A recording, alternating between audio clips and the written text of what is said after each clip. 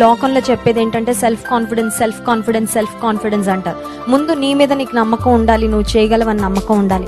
కానీ దేవుని వాక్యం సెలవిస్తుంది ఏంటంటే సెల్ఫ్ కాన్ఫిడెన్స్ కంటే ముందు మనకు ఉండాల్సింది గాడ్ కాన్ఫిడెన్స్. గాడ్ కాన్ఫిడెన్స్ అంటే అర్థం ఏంటంటే దేవుని మీద నమ్మిక, దేవుని మీద విశ్వాసం, దేవుని బట్టి ధైర్యం. దేవుడు ఉన్నాడు, నాకు కాకపోతే ఎవరికి సహాయం చేస్తాడు, నన్ను కాకపోతే ఎవరిని విడిపిస్తాడు, ఈ కష్ట సమయంలో నన్ను తప్పించకుండా దేవుడు ఏమీ విడిచిపెట్టడు అని ఆ నమ్మిక ఉంది చూసారా. దాన్ని బట్టి దేవుడు ఇమీడియట్ గా he will come to your rescue. నీ సహాయం కొరకు వస్తాడు దేవుడు, నిన్ను ఆదుకుంటాడు. ఆదుకుంటానని వాగ్దానం చేశాడు కదా, ఆదుకునే దేవుడు ఆయన. నిస్సహాయ స్థితిలో ఖచ్చితంగా మనల్ని విడిచిపెట్టే దేవుడు కాదు. కనుక ప్రార్థన చేయడమే ఆలస్యం, దేవుడు ఖచ్చితంగా నీ జీవితంలో పరిస్థితులను మారుస్తాడు.